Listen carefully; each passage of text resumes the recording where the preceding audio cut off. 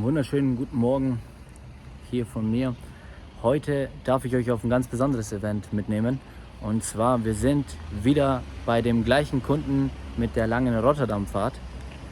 Und heute haben wir das Vergnügen, dass wir von München aus nach Porto, also in Portugal, Porto, das Auto überführen dürfen. Wir haben 23 Fahrstunden vor uns, eine Strecke von ca. 2300 Kilometern.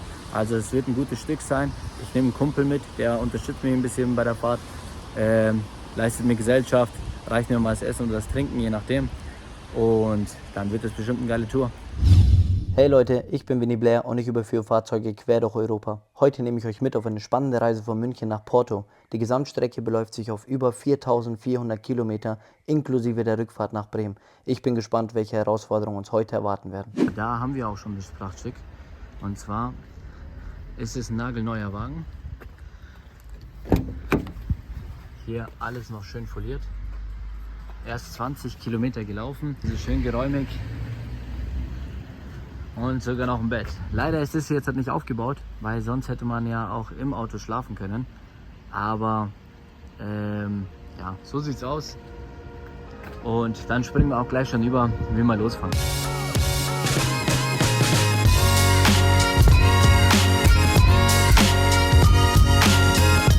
Schon 200 Kilometer gefahren. Wir sind jetzt in Höhe Stuttgart. Ich glaube, vielleicht kann man es durchs Bild erkennen. Wir sind jetzt gerade hier am Stuttgarter Flughafen. Auch schon mittlerweile im zweiten Stau. Wir hatten eine kleine Bergabfahrt, wo schon mal ein Unfall war und ein 10-minütiger Stau war. Jetzt hier am Flughafen auch. Ich glaube, dass es jetzt wegen der Baustelle ist und einfach, weil viel Verkehr, viel los auf den Straßen. Morgen haben wir in Deutschland einen Feiertag. Und ich glaube deswegen, dass da jetzt viele hier bei uns unterwegs sind. Wir haben noch ungefähr 2100 Kilometer vor uns. Das Navi sagt 21,5 Stunden.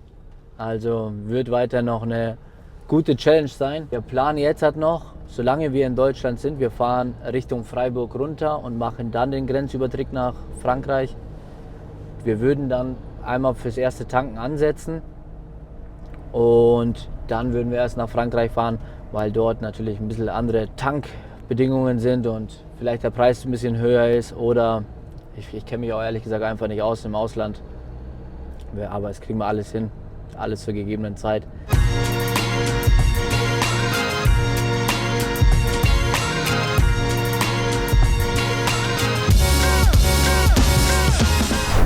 Es geht wirklich nur schleppend voran.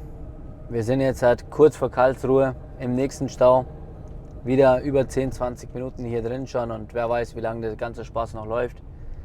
Wir haben jetzt aufgerundet 300 Kilometer geschafft, aber 5 Stunden sind wir auch schon unterwegs.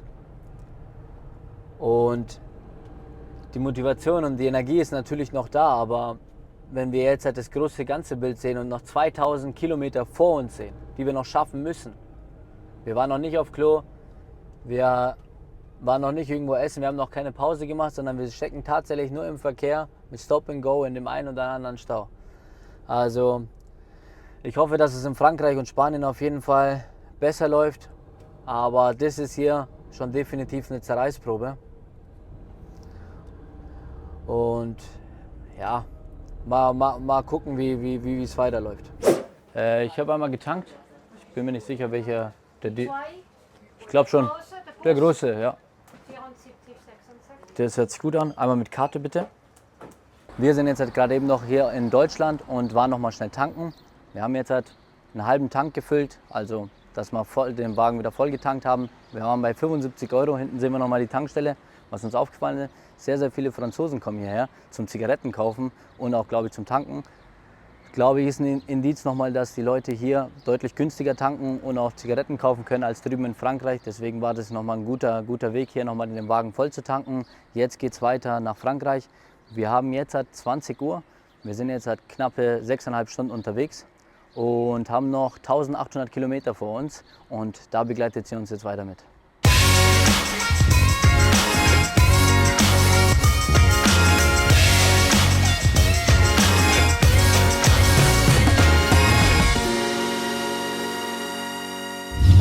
mit der weiße Schokolade sind auch geil. Hattest du die früher auch in der Schule?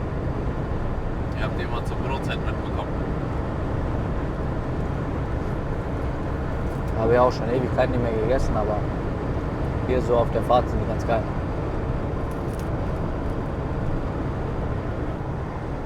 Weißt du, auf was ich mich jetzt am meisten freue?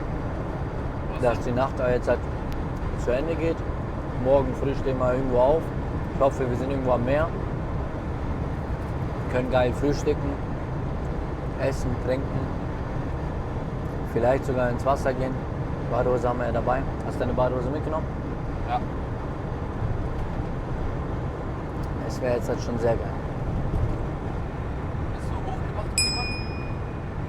Vorhin war es ganz angenehm, jetzt ein bisschen heiß geworden. Ich habe sogar runtergemacht. Ja, Von echt? 23 auf 22. Erzähl mal, Aber ich kann's. War schon, du nicht, dass du hier frierst. Oh, die Klimaanlage war an. Ich glaube, ich bin verschnupft. Aber ist ja echt so, ja? Kennst du es? Was? Also wir Europäer sind nicht an Klimaanlagen gewöhnt. Weil also in den USA oder Saudi-Arabien oder sowas, die pumpen alles voll. Im Einkaufszentrum, alles ist voll an Klima. Ja. Aber wenn du im Hotel bist und einmal Klima läuft, bist du sofort krank. Sofort erkältet. Ja. War bei uns im Urlaub ja so. In den Flieger gestiegen, direkt krank. Bei welchem? Nach Bali. Ja. Und vor allem, du ziehst dich ja auch dünn an. Erwartest das jetzt eigentlich nicht so.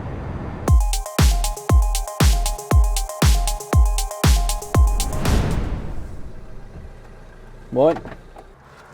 Ticket. 31,60 €. Nicht schlecht. Freunde, wir haben jetzt hier mal eine kurze Pause gemacht, eine Pieselpause. Hinten sehen wir unser Prachtstück.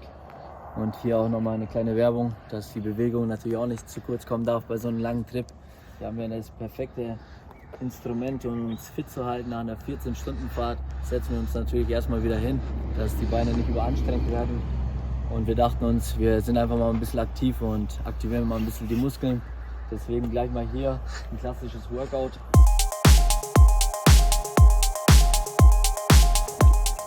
Okay, genug Sport jetzt auch wieder. Dann würde ich noch sagen, machen wir einfach noch ein paar Liegestützen, damit hier die Muskeln befreit sind. Da sind noch ein kleiner Spielplatz, aber da haben wir nicht so viel verloren.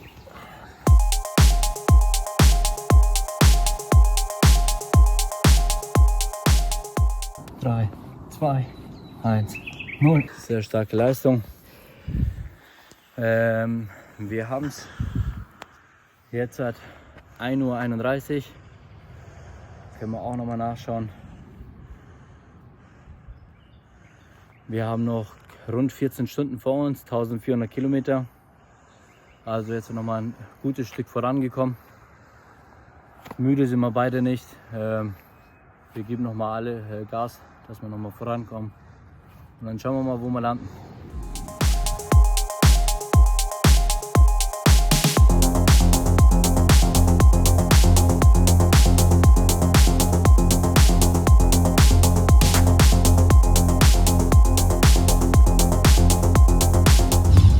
Leute, ihr seht es an meinen Augenringen.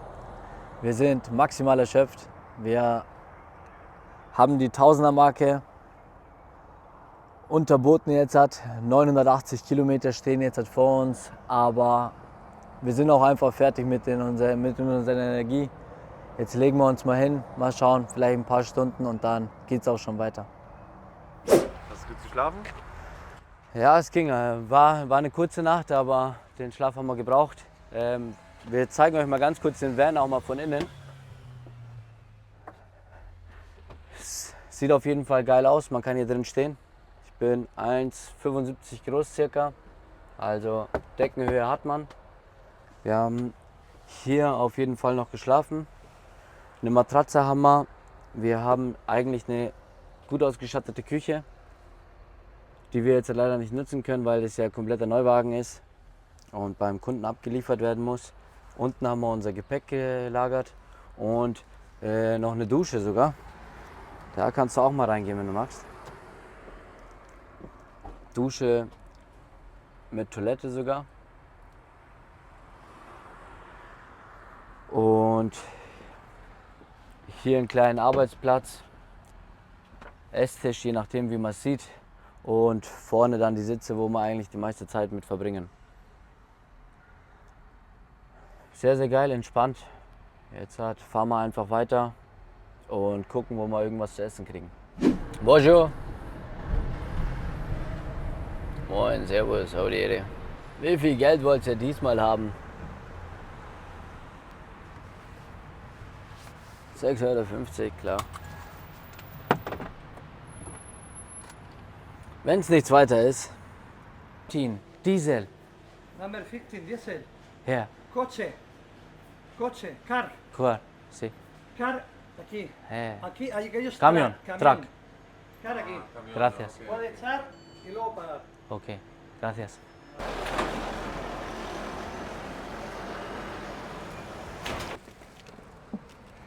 Ich sag dir eins, hätte ich mal lieber im Spanischunterricht aufgepasst. Aber ich bin B1 oder B2 zertifiziert oder A1, ich weiß es auch nicht, wie die Rangfolge ist. Aber was haben wir jetzt hier? Wir nehmen hier ganz normales. Muss ich jetzt den Spaß mal wieder zahlen oder was? Ich habe doch keine Ahnung. Soll ich jetzt wieder erstmal zahlen? Das sieht doch gut aus. Mit 100 € das Auto vollgetankt hier. Das sind doch mal gute Spritpreise, 1,64. Aber bevor es jetzt hier aus dem Auto läuft, machen wir es rund. 1,01. Yeah, auf den Cent genau.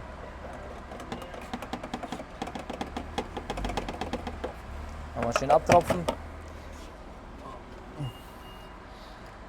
Der Kassierer denkt sich bestimmt, Digga, ob wir noch nie ein Auto getankt haben. Und was sagst du zu Frankreich? Also in Frankreich war es eigentlich immer nur ein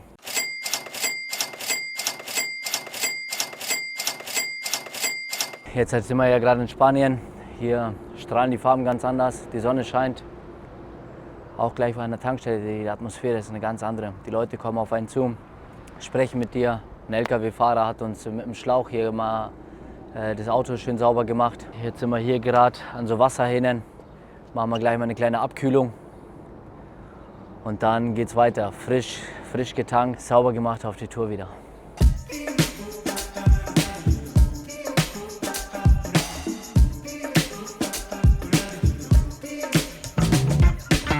Jetzt stehen noch 5 Stunden an.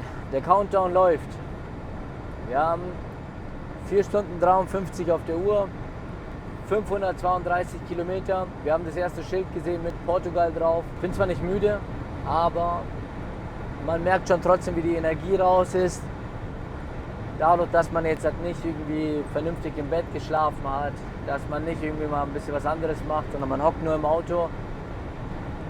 Vor allem über so einen langen Zeitraum. Das zehrt schon an den Kräften. Die 5 Stunden tun aber ganz gut. Das ist dann so der Endspurt. Geben wir noch mal Gas. Ist natürlich auch geil, dass bis hierhin alles gut lief. Ist zwar kein Holz, aber soll so weiterbleiben. Und dann gucken wir mal, was uns jetzt halt noch so auf der Strecke erwartet. Wir fahren ganz entspannt 120. Darf man eigentlich hauptsächlich auf den ganzen Autobahnen fahren. Es ist wenig Verkehr, überhaupt nichts los. Ab und zu zahlen wir hier auch eine Maut für die Strecke, aber die sind bei weitem nicht so hoch wie in Frankreich. Und die Spritpreise sind auch entspannt. Was ich auch nicht auf dem Schirm habe, ist, dass ich so viel in Vorleistung gehen musste, weil ich lege das alles immer für den Kunden aus und der überweist mir dann am Ende mit 30 Tagen Zahlungsziel die Gesamtsumme vom Auftrag und natürlich auch mit den Kosten für die Überführung selbst, Rechnungen wie Tankbelege oder die Maut.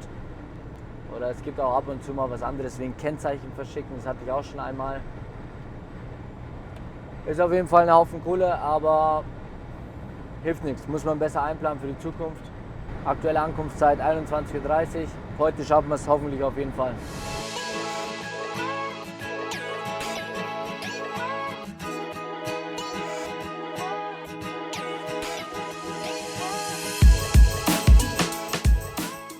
Wir haben es jetzt halt final geschafft. Nach 34 bis 35 Stunden auf dem Weg von München nach Porto sind wir jetzt halt final hier. Das Feierabendbier ist schon bestellt. Der Burger wartet auch schon auf uns, deswegen halten wir uns kurz.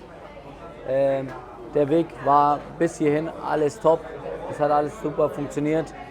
Wir genießen jetzt das Abendessen und lassen den Abend einfach schön hier ausklingen. Wir nehmen euch final noch mit zur Autoübergabe und sehen uns dann morgen.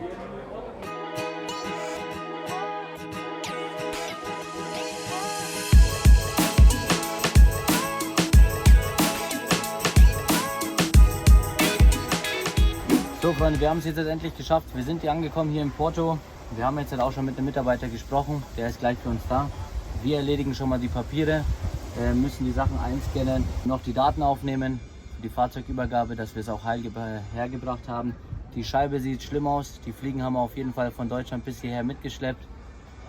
Jetzt erledigen wir alles und machen uns dann auch auf die Heimreise, damit wir ein bisschen Porto genießen können und die Sonne genießen können. Road surfer across Europe everywhere, or so I also We are in 70 locations. 17 or 7? 70 locations. 70. Oh. Yeah. They are thinking to open a station in, I think it's New Zealand.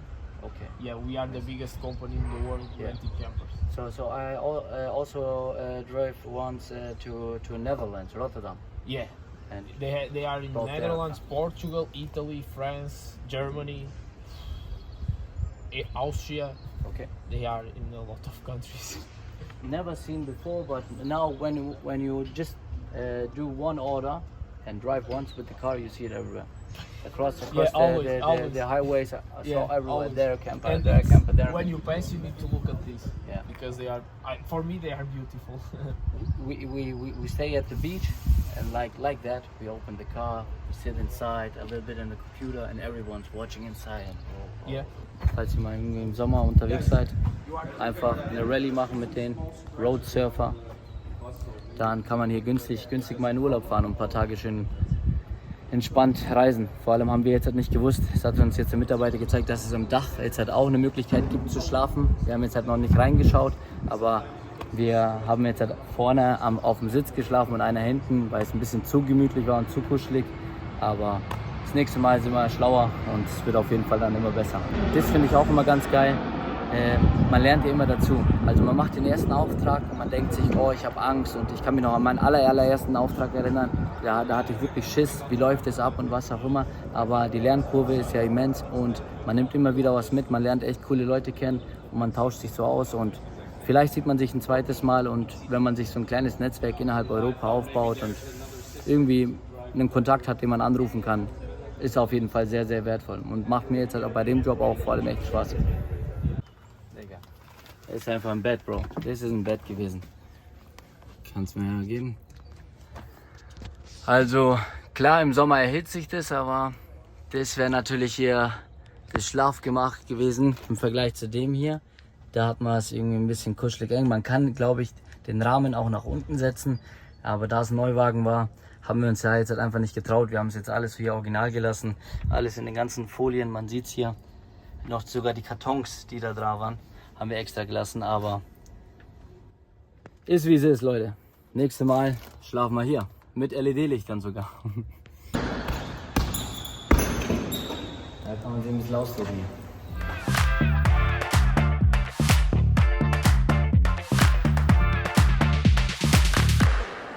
Hallo Freunde, wir sind jetzt halt gerade hier an der Metro in Porto auf dem Weg zum Flughafen.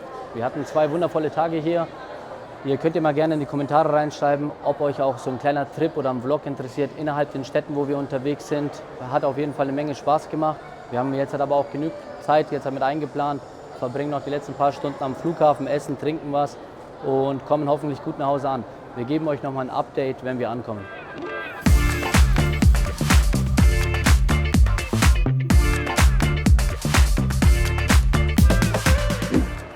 Der Flugplan sieht folgendermaßen aus.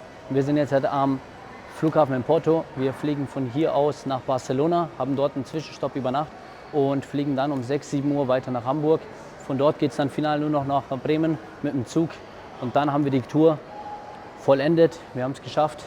War ein harter Trip bis hierhin, hat aber eine Menge Spaß gemacht. Ich hoffe, euch wurde nicht langweilig beim Zuschauen. Und wir sehen uns in Barcelona.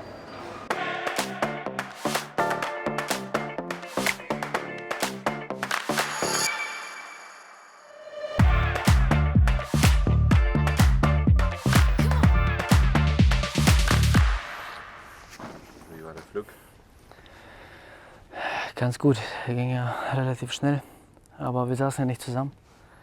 Vielleicht eine kleine Story am Rande. Ich saß hier relativ weit vorne und am Fenster, hatte einen guten Platz. Und neben mir ein Herr aus Bangladesch, mit dem ich am Anfang kurz geredet habe. Und dann dachte ich mir, komm, nutze ich mal einmal in meinem Leben die Zeit sinnvoll und lese ein Buch. Und dann, jetzt, weil es ein Nachtflug war, waren ja die Lichter gedimmt, man hat nicht so viel gesehen. Und ich habe ihn gefragt, hey, ist es in Ordnung, wenn ich jetzt das Licht anmache, die Leselampe? Sagt er, ja klar, kein Problem, alles gut. Habe ich gesagt, ja, ich frage nur sicherheitshalber, vielleicht möchtest du ja schlafen. Ich glaube, ich habe die ersten 1, 2 Seiten gelesen, bin nicht mal wirklich zur Überschrift des Buchs gekommen. Und auf einmal bewegt der Mann sich nach vorne, nach hinten, nach vorne, nach hinten, tut dann tatsächlich noch die Jacke über sein Gesicht. Aber es war in dem Flieger so scheiße heiß, dass er darunter wahrscheinlich keine Luft bekommen hat und angefangen hat zu schwitzen. Dann dachte ich mir, ja okay, also ich möchte jetzt auch nicht zu aufdringlich sein oder nerviger Gast oder der neben ihm sitzt. Dann habe ich das Licht ausgemacht und dann dachte ich, okay, jetzt ist Ruhe. Ich kann ja irgendwie noch lesen und wenn es ist, dann lese ich auch gar nicht, scheiß drauf. Und auf einmal, der ist nicht ruhig geworden. Er lehnt sich nach vorne, macht so, geht nach hinten. Hey. Und ich dachte mir, soll ich dir jetzt einfach mal die Schulter geben, dass du dich mal ein bisschen ausruhen kannst und ruhig schlafen kannst. Aber ich habe noch einen kleinen Drink bestellt und dann sind wir sowieso schon wieder gelandet.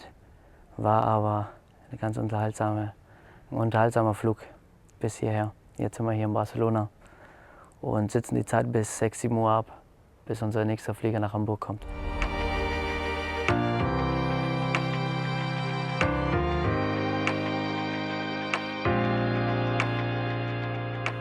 Liebe Freunde, wir haben es jetzt endlich geschafft. Wir sind gerade eben am Hamburger Flughafen angekommen. Es ist 10:30 Uhr. Ich bin mehr als erschöpft. Es steht nur noch eine 2-stündige Zugfahrt nach Bremen an. Und dann haben wir diese lange Reise gemeinsam absolviert. Ich bin mehr als happy, dass alles so reibungslos geklappt hat und wir auch gut nach Hause gekommen sind. Philipp ist auch gut nach Hause gekommen. Er hat mir die Nachricht geschrieben, er ist ja eine ganze Stunde früher als ich geflogen. Ich konnte ein bisschen schlafen im Flieger, aber ich bin jetzt halt einfach mehr als happy, einfach nur nach Hause anzukommen. Und vielen, vielen Dank, dass ihr jetzt halt so lange dran geblieben seid. Wie gesagt, schreibt immer gerne Feedback, Wünsche, Anregungen immer in die Kommentare mit unten rein. Dann können wir es im nächsten Videos immer besser machen. Ansonsten bedanke ich mich und verabschiede mich auch für dieses Video. Und bis zum nächsten Mal.